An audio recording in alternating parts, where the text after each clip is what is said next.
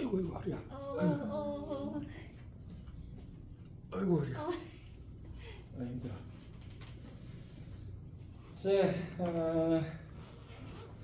뭐 지금 뭐 수시보러 다니시는 분들도 있고, 그죠? 좀 있으면 이제 뭐 거의 대체로 10월 늦으면 10월 한 중순 정도까지 아마 수시를 보는 분들이 있을 겁니다. 근데 거기에 너무 휘말리지 마시고, 그리고 이제 학교에 보면 이제 합격했다고 자랑하고 다니는 애들 나와요. 조금만 더 있으면. 벌써 나왔어? 근데 좀 있으면 나와요. 그래가지고 10월 달쯤 해가지고 발표 나가지고 신난다고 얘기하고 다니는 친구들이 있는데, 부러워하지 마십시오. 그 사람들하고 나하고는 가는 길이 다른 것 뿐이니까. 그리고 일찍 발표가 나는 학교일수록 상위권하고는 거리가 조금 멀어요. 하위권하고는. 그건 알고 계세요. 그러니까 부러워할 필요가 없다. 우리 길 갈 거 가면 된다. 이렇게 말씀을 드리겠습니다. 카이스트는 좀 예외. 카이스트는 예외. 지잡대라니. 지방에 있는 잡스러운 대학교라고? 네. 카이스트가 아닌데요. 카이스트 좋은데 카이스트 가면 정신적으로 피폐해져요. 왜냐하면 내 친구가 카이스트를 다녀서 내가 봐서 아는데, 애가 사람이랑 얘기를 잘 못해요. 특히나 여자랑 마주 앉아 있으면 애가 어쩔 줄 몰라. 몸을 베베 꽈요. 왜 그러냐면 얘는 공대거든.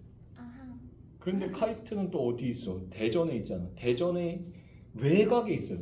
그것도 산이 이렇게 있으면 산을 딱 하고 잘라가지고 그 위에다 지어놓은 거야. 공대는 또 공대끼리 뭉쳐있죠. 남자만 드글드글해요. 남자만. 그나마 여자가 좀 있는 과가 무슨 과? 화공과입니다. 화공과. 화공과가 좀 있고, 여자가 정말 드문 과가 있어요. 그래서 이 과 같은 경우는 여학생이 들어가잖아? 그러면 공주님이 됩니다. 모두가 떠받들어요. 진짜 가마에 태워서 갈 것 같은 그런 느낌? 무슨 과가 그러냐면 토목공학과가 그래요. 토목공학과는 여자가 극소수예요. 내가 예전에 인천대학교도 합격을 해봤거든요. 첫 해 이제 수능 봤을 때 토목공학과 이제 넣어가지고 합격을 해봤는데 갔거든. 정원 수가 200명이에요. 200명 정원 중에 앉아있는데 신입생 환영회 같은 거 한다고 그래서 가서 앉아있는데 여자가 딱 2명 있더라고. 이게 뭐야? 200명 중에 2명이라고? 개빡센데? 그러면서 이렇게 생각하고 있는데, 그 중에 한 명은 선배였어요.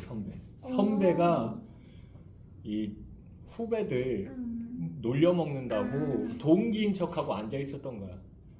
근데 선배예요. 그래가지고 나중에 밝히더라고. 그럼 지금 200명 중에 여학생은 한 명밖에 없는 거예요. 대박.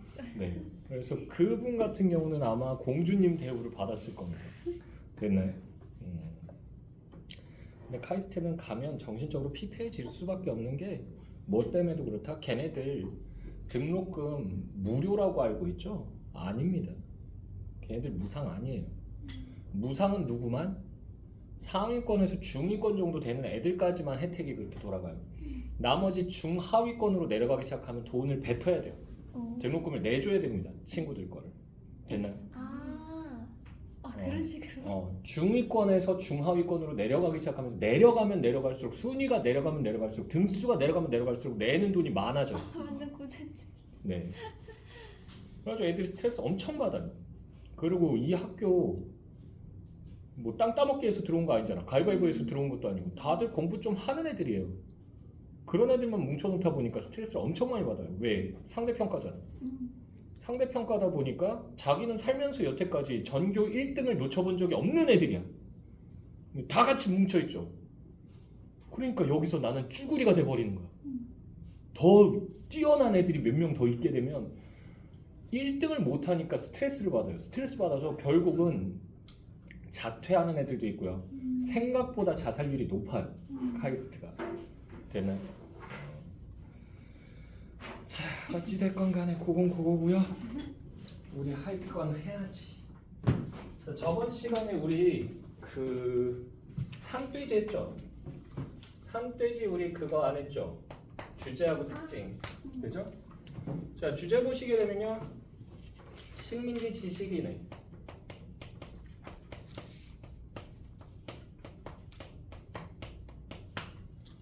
지식인의 내면 갈등과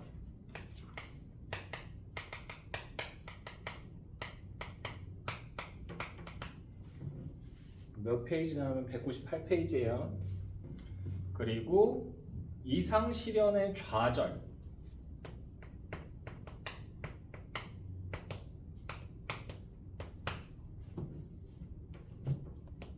좌절과 새로운 삶에 대한 모색이 들어간다.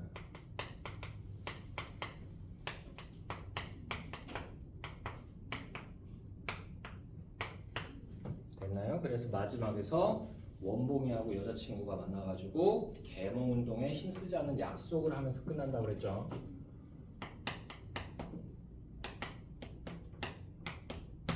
자, 특징입니다. 첫 번째는 얘 2막으로 구성이 되어 있습니다.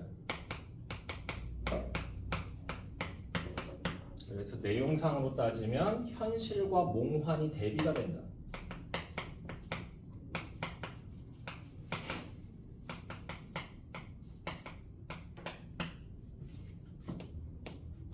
자, 두 번째로는 인물 간의 대사를 통해서 갈등과 대립이 나타납니다.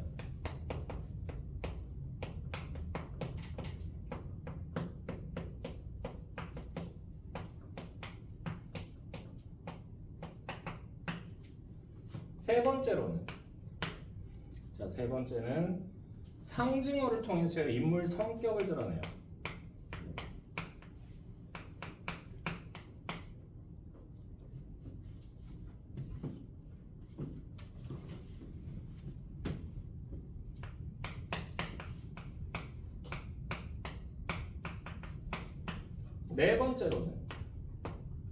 네 번째로는 이거 표현주의극이라고 얘기했어요.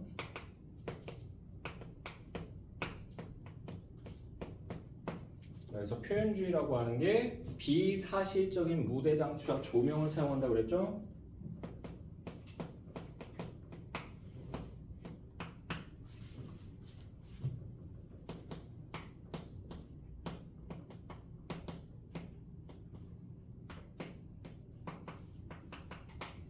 자, 이걸 통해서 뭘 드러낸다고? 이걸 통해서 인물의 내면을 제시하는 거야.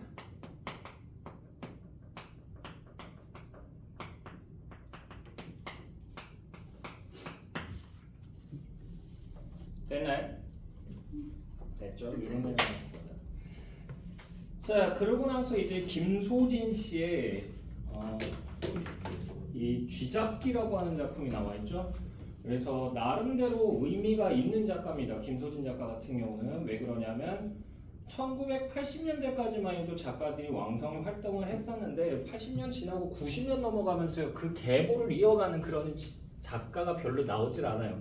그래서 그때 당시를 대변하는 90년에서 2000년 정도까지를 대변하는 그러한 작가라고 보시면 됩니다. 됐나요? 됐죠? 그래서 나름대로 의미가 있는 분이고, 그리고 이분 같은 경우는 지금 이미 돌아가셨습니다. 이미 돌아가셨어요. 좀 젊은 나이에 돌아가셨거든요. 그래서 이분 작품도 나올 확률이 좀 있다. 그래서 여러분들이 접했을 만한 작품이 이제 자전거 도둑이라고 하는 작품이 있어요. 혹시 들어보셨나요? 자전거 도둑? 거기서 보면 이제 한 남자가 있는데 이 남자 자전거가 자꾸 없어져.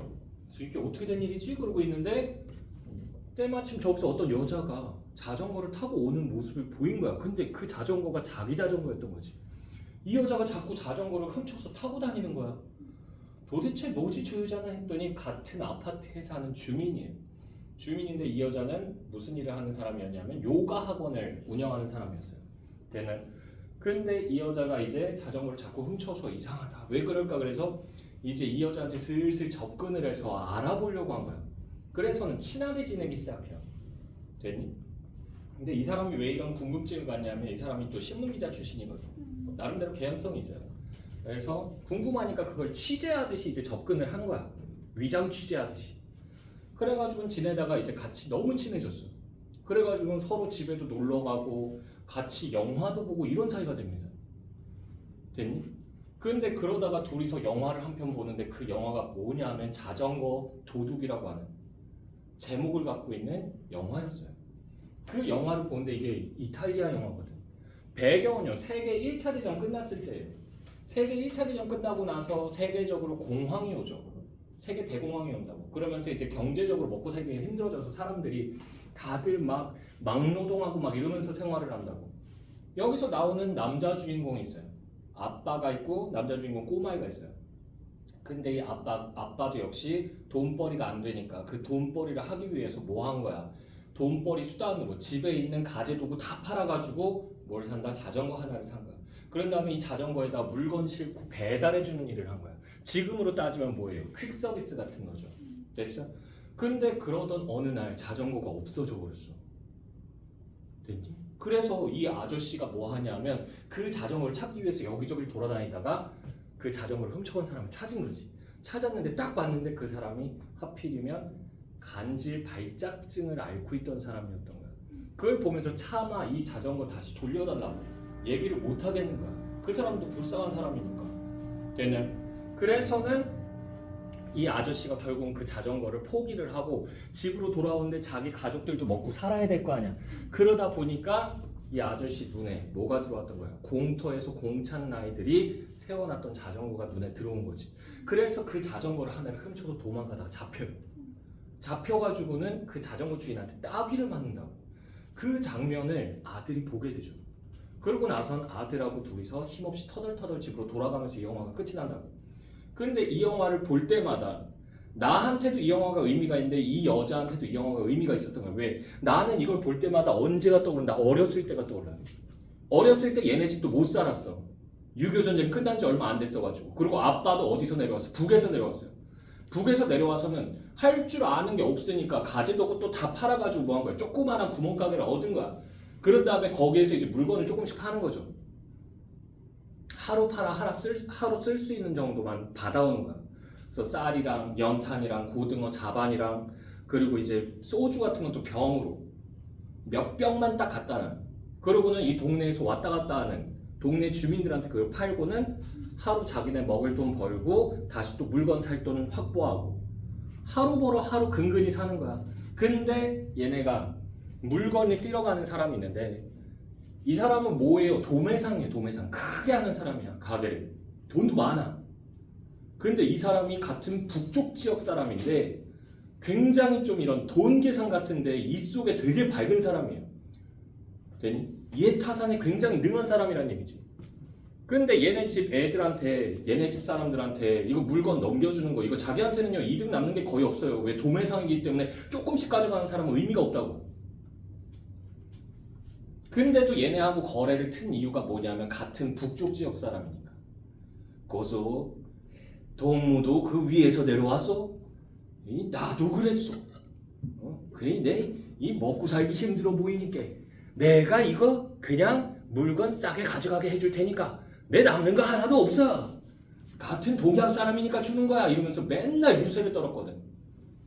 근데 그러다가 아빠가 이제 물건을 띄워서 가져왔는데 집에 와서 이 포대자루에다 갖고 와요. 이 장바구니 같은 것도 없고 뭐 이렇게 박스 같은 데다 해가지고 뭐 갖고 다니는 것도 아니고 그냥 포대자루를 갖고 가서 거기다가 쌀 넣고 연탄 넣고 해가지고 이렇게 해가지고 갖고 온다고. 근데 집에 와서 딱 까는데 쌀은 자기가 퍼온 만큼이 맞는데 뭐가 비는 거야? 소주를 끄는데 소주가 2병이 비는 거야. 근데 얘네는 하루 벌어 하루 먹는다고 그랬잖아. 그러니까 그 돈이 얘네한테는 되게 큰 돈인 거야. 그래가지고 아빠가 바로 쫓아가요. 쫓아가가지고는 그 영감한테 가서 그 도매상한테 가서는 이 소주 2병이 비니까 이 소주 2병 달라고 그래요. 그랬더니 이 사람이 거기서 완전히 안면 몰수를 해버린 거지. 그러면서 동물에 그거 가져가서 빼돌린 거 아니야? 내내 다 줬어. 아까 확인하면서 집어넣었잖아. 아이 저도 확인하면서 넣었는데 집에 가보니까 실수로 2병 정도 빼놓은 것 같습니다. 그 2병 주시면 안 되겠습니까? 그랬는데 그 자리에서 나 모르는 일이야. 동물에 띄어먹고는 더 가져가려는 못된 실보 아니야. 그냥 가! 그러면서 쫓아내버린 거지. 그래서 아빠가 집에 돌아와서 털레털레 왔는데 오고 나서는 너무 속상한 거야. 그래가지고는 아들하고 그 다음날 물건을 띄러 가는데 아빠가 몰래 한두 병씩 더 집어넣은 거야. 소주병을. 됐어? 빈만큼은 집어넣은 거야. 집어넣고는 이걸 들고 나오는데 이 영감이 본 거지. 동무, 뭔가 이상해. 가져오라오. 가져오라오! 그런 다음에 딱 까서 봤는데 소주가 몇 병 더 들어가 있는 거지. 이거이 어떻게 된 일이가? 어? 이게 지금 도둑질 하는 기야? 그러면서 얘기하는 거지. 그래가지고 아빠가 아니요 그러는데 뭐이가 여기 다 증자가 있는데 동무 자꾸 이런 식이면 거래 끊갔어 이러면서 얘기한 거지. 그랬더니 아빠가 급한 마음에 뭐 한 거야? 나를 팔아버린 거야. 그래서 나한테 계속 눈빛을 보낸 거야. 구원의 눈빛을. 그러니까 애가 어린 나이인데도 불구하고 이때 얘가 몇 살이냐면 12살, 13살 정도밖에 안 돼요. 초등학생인데도 아빠가 곤란한 상황이구나. 우리 가족이 생계가 끊기게 생겼구나 이 생각을 한 거야. 그래서는 뭐 한다? 제가 훔쳤습니다. 그러면서 이렇게 나선 거지. 그랬더니 이 영감이 뭐 하는 거야? 동무, 새끼 교육 똑바로 안 시키네? 어이? 지금 거래 끊기기 싫으면 새끼한테 교훈 좀 주라. 어떻게 우리 쪽에서 새끼들이 잘못하면 어떻게 가르치네? 어이? 똑똑히 혼을 내주라. 내 지켜보갔어. 그런 거지. 그래가지고 아빠가 이러고 있다가 아들 앞에 딱 서요. 이거 뭐 하라는 얘기야? 체벌하라는 얘기예요. 저 아빠가 손을 이렇게 슥 들어 올리는데 애가 그래도 아빠가 그렇게 세게 때리진 않겠지 이 생각을 하는데 그 자리에서 아빠가 있는 힘껏 팍 하고 때려버린 거야. 애가 코피가 날 정도로. 따게 맞고 코피 나는 거 이거 쉬운 일 아니에요. 엄청 세게 때리지 않으면 안 나요. 근데 그렇게 아빠가 쫙 때렸던 거지. 이 순간 나는요 어떻게 돼요? 아빠에 대한 신뢰감과 모든 게 다 무너져 버립니다. 그게 충격이 돼서 머릿속에 트라우마로 남아요. 됐나요? 그러고 나서는 얘가 억울하잖아. 자기가 훔친 것도 아닌데. 그리고 그 영감한테 복수하고 싶었던 거야. 그래서 뭐 하냐면 얘가 화장실에 가요. 화장실에 가서는 똥바가지 갖고 똥을 푼 거지. 그런 다음에 그걸 가지고 가가지고는 그 영감네 가게로 들어가는 개구멍이 있어요. 꼬마애들이나 들어갈 수 있을 만한 곳이야. 거기를 기어 들어간 거지. 들어가서는 파는 물건들에다가 다 뭘 뿌려버린 거야. 똥을 뿌려버린 거야. 근데 이 사람은 뭐도 한다고 그랬어? 곡식상도 한다고 그랬잖아. 옛날에 곡식은요 지금처럼 이렇게 포대자루에 안 담겨 있어요. 됐니? 그냥 이렇게 커다란 포대기 이만한 거에다가 쌀을 이렇게 쌓아놓고 그냥 파는 거야. 근데 거기다가 다 때려 부어버린 거지. 이거 팔 수 있어요 없어요? 못 팔죠. 그래놓고 얘가 도망 나와버린 거야. 다음날 이 사실을 알고 나서 이 도매상 할아범이 이 혹부리 영감이라고 하거든요. 혹이 여기 나 있어. 근데 그 영감이 그걸 보고 충격을 받은 거지. 그래서 죽게 됩니다. 충격받아서 쓰러져서 죽어요. 근데 그랬던 기억이 나한테 있는 거야. 그래서 저기서 아빠가 자전거를 훔치는 모습이 왠지 내 아빠가 그걸 훔쳤던 것과 비슷한 장면을 떠올리게 하는 거야. 그러면서 얘는 아빠에 대한 신뢰가 깨졌다고 그랬잖아. 나는 절대로 결혼해서 애를 낳지 않겠어라는 결심까지 하게 돼. 그래서 나한테는 의미 있는 영화예요. 됐어? 좋은 의미는 아니어도. 근데 이 여자한테도 이 영화가 뭔가 시사하는 바가 있는 거지. 뭐냐면 이 여자도요 그러면서 과거 고백을 하는 거야. 갑자기 영화 보다 말고. 근데 무슨 얘기를 하냐면 이 여자도 자전거와 관련된 안 좋은 추억이 있었던 거지. 뭐냐면 이 여자한테 오빠가 있었어. 근데 이 오빠가 자전거를 그렇게 잘 탔대 동네에서.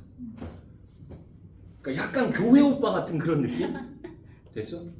저 하얀색 그 셔츠를 입고 까만색 바지 입고 자전거를 타고 가는 그 모습을 보면 다들 막 멋있다 그러면서 막 이렇게 생각을 했었다고. 나도 그 여자도 역시 오빠를 되게 좋아했었던 거야.